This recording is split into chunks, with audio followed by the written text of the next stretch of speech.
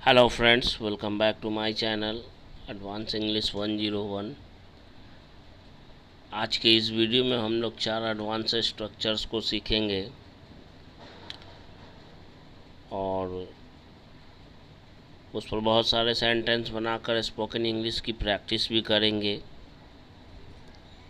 वो स्ट्रक्चर्स के एग्जांपल्स, वो सारे सेंटेंसेस होंगे जिन्हें हम अपने डेली यूज़ में आम बोलचाल में यूज़ करते हैं, वो सारे सेंटेंसेस होंगे।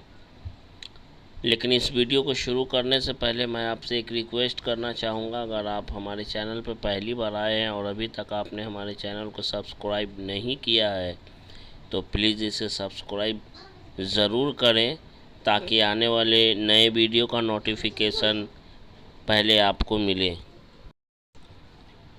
ये चारों स्ट्रक्चर्स इस वीडियो में, आज के इस वीडियो में जो 4 स्ट्रक्चर्स हैं वो मोस्ट इम्पॉर्टेंट है, इसलिए आप प्लीज़ इस वीडियो को पूरा देखें और पूरे ध्यान से देखें। और वीडियो को देखने के बाद आप इसे लाइक, शेयर, सब्सक्राइब और कमेंट ज़रूर करें। कमेंट तो ज़रूर करें कि ये वीडियो आपके लिए लाभदायक है या नहीं है।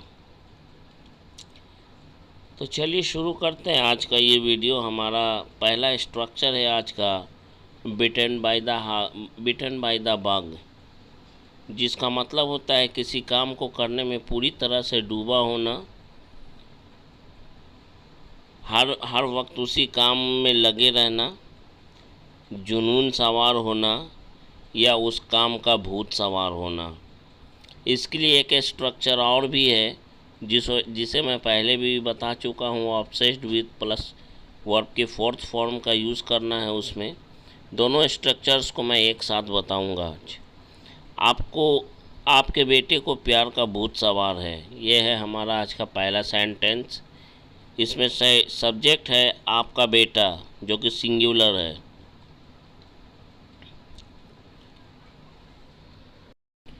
Your son is bitten by the love bug, उसे अपनी गर्लफ्रेंड के साथ डांस करने का भूत सवार है।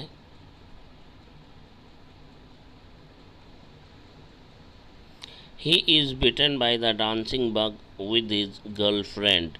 इस स्ट्रक्चर में is, are, am, was, were का ही यूज़ करना है। हमारा दूसरा स्ट्रक्चर जो मैं बताया हूँ उसे भी इसमें शामिल किया गया है। दूसरा स्ट्रक्चर है हमारा ही is obsessed with dancing with her girlfriend. Obsessed with, इसका भी मतलब होता है जुनून सवार होना, भूत सवार होना या किसी काम में ही लगे रहना। संध्या को इंडियन आइडल के मंच पर गाना गाने का भूत सवार है। संध्या is bitten by the singing a song bug on the stage of Indian Idol. Sandhya is bitten by the singing a song bug on the stage of Indian Idol. Second वाले स्ट्रक्चर पर अगर इस sentence को बनाएंगे तो इस तरह से बनेगा, Sandhya is obsessed with singing a song on the stage of Indian Idol. Sandhya is obsessed with singing a song on the stage of Indian Idol. Sandhya को इंडियन आइडल के स्टेज पर गाना गाने का भूत सवार है। उन दोनों को अंग्रेजी सीखने का भूत सवार है।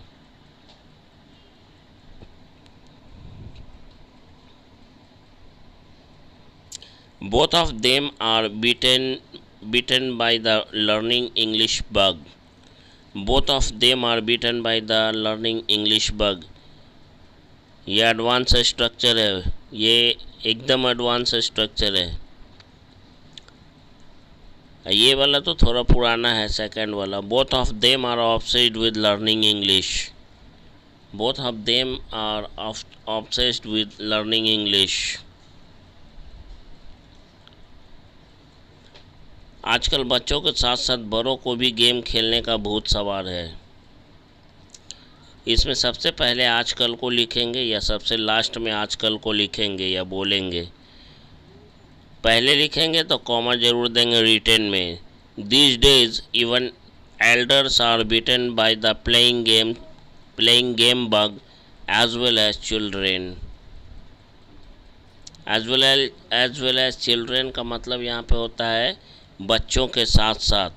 आइए देखते हैं सेकंड वाला structure. This days even elders are also obsessed with playing video games on the mobile as well as children. उसे पैसे कमाने का भूत सवार है. He is obsessed with earning money. या फिर यूं कहें he is bitten by the earning money bug. He is bitten by the earning money bug.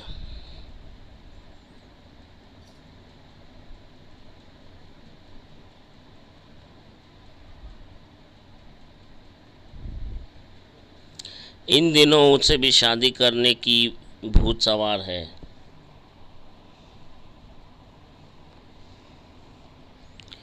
These days he is bitten by the getting married bug. These days he is bitten by the getting married bug. या यूं कहें he is obsessed with getting married these days. He is obsessed with getting married these days.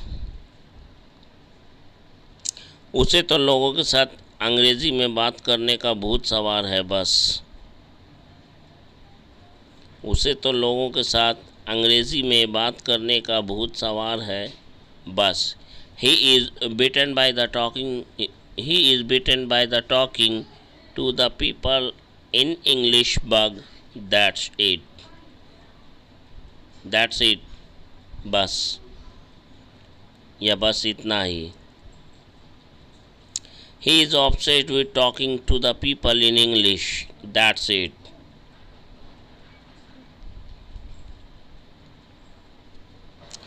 Second structure है हमारा is it okay if. जब भी हमको बोलना हो अगर मैं ऐसा कर दूं तो चलेगा क्या, अगर मैं कल आऊं तो चलेगा क्या, अगर मैं कल मिलूं तो चलेगा क्या, अगर मैं ये काम नहीं करूं तो चलेगा क्या. इस तरह का सेंटेंस को बोलने के लिए इस स्ट्रक्चर का यूज़ करेंगे और इसका स्ट्रक्चर है is it okay if plus sentence. लेकिन इस बात का ध्यान रखें कि सेंटेंस प्रेजेंट इंडेफिनिट टेंस में होना चाहिए. बोलना है और बनाना है. अगर मैं कल आ जाऊं तो चलेगा. Is it okay if I come tomorrow. Is it okay if I come tomorrow. क्योंकि सब्जेक्ट यहाँ पे आई है और आई के साथ वर्ब में एस या यस नहीं लगता है. अगर उसका भाई कल आपसे मिलने आ जाए तो चलेगा. Is it okay if his brother comes tomorrow to meet you. Is it okay if his brother comes tomorrow to meet you. अगर तुम मुझसे शादी कर लो तो चलेगा. Is it okay if you get married me. या फिर यूँ कहें is it okay if you marry me. अगर मैं तुम्हें पढ़ाने कल नहीं आऊँ तो चलेगा. Is it okay if I don't come tomorrow to teach you. Is it okay if I don't come tomorrow to teach you? अगर मैं थोड़ी देर बाद कॉल करूं तो चलेगा. Is it okay if I call you after some time? Is it okay if I call you after some time? इन सामानों के लिए 200 रुपये दे दूँ तो चलेगा. Is it okay if I give you 200 rupees for this belongings और items. Is it okay if I give you 200 rupees for this items और belongings. अगर मैं आपका काम कल कर दूँ तो चलेगा क्या. Is it okay if I do your work tomorrow. Is it okay if I do your work tomorrow?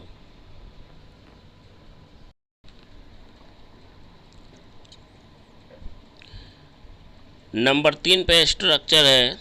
ये बिजी से 2 स्ट्रक्चर आपको बताने वाला हूँ। पहला देख लेते हैं, बिजी प्लस वर्ब की आईएनजी फॉर्म। जब भी कोई काम करने की बात होगी कि काम करने में व्यस्त हूँ, तब इस स्ट्रक्चर का यूज़ करेंगे। Subject plus is are am was verb का यूज़ करेंगे, प्लस बिजी प्लस वर्ब की आईएनजी फॉर्म।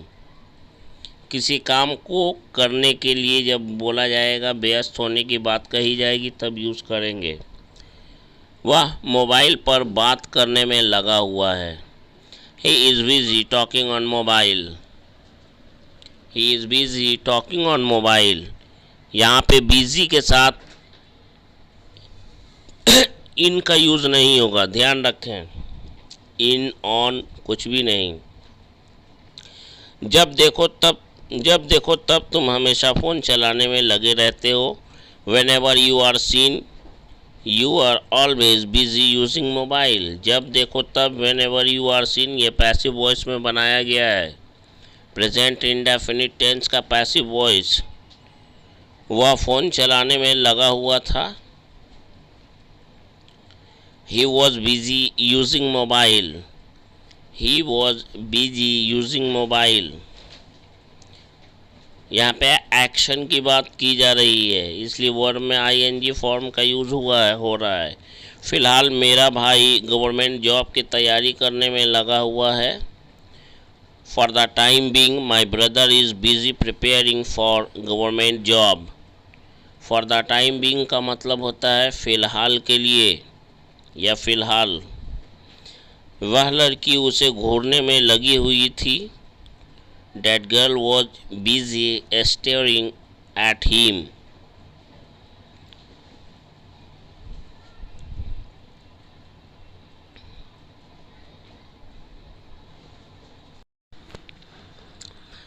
उस समय वह तो झगड़ा करने में लगा हुआ था। That time he was busy fighting. That time he was busy fighting, या यूं कहें he was busy fighting that time. Number 4 पे स्ट्रक्चर है, जब भी किसी चीज़ के साथ व्यस्त होने की बात कही जाए, किसी सामान के साथ, किसी चीज़ के साथ व्यस्त होने की बात की जाए, तब हम लोग इस स्ट्रक्चर का यूज़ करेंगे। Subject plus is are am was verb. Present में बात करेंगे तो इज आर एम का यूज़ करेंगे, पास्ट की रहेगी तो वॉज वर्ब का यूज़ करेंगे। उसके बाद बिज़ी विद, उसके बाद उस सामान का, उस चीज़ का नाम लिखेंगे जिसमें हम व्यस्त हैं। वह मोबाइल में लगा हुआ है, he is busy with mobile. वह टीवी में लगा हुआ है, he is busy with TV. ध्यान रखें, ध्यान से सुने और समझें। किसी चीज़ के साथ व्यस्त होने की बात कही जाए तो बिज़ी के साथ विद ज़रूर लगाएंगे। उसके बाद उस चीज़ का नाम लिखेंगे जिसमें हम या कोई सब्जेक्ट व्यस्त है। वह किताबों में लगा हुआ है, he is busy with books. मैं बच्चों में लगा हुआ था, I was busy with kids.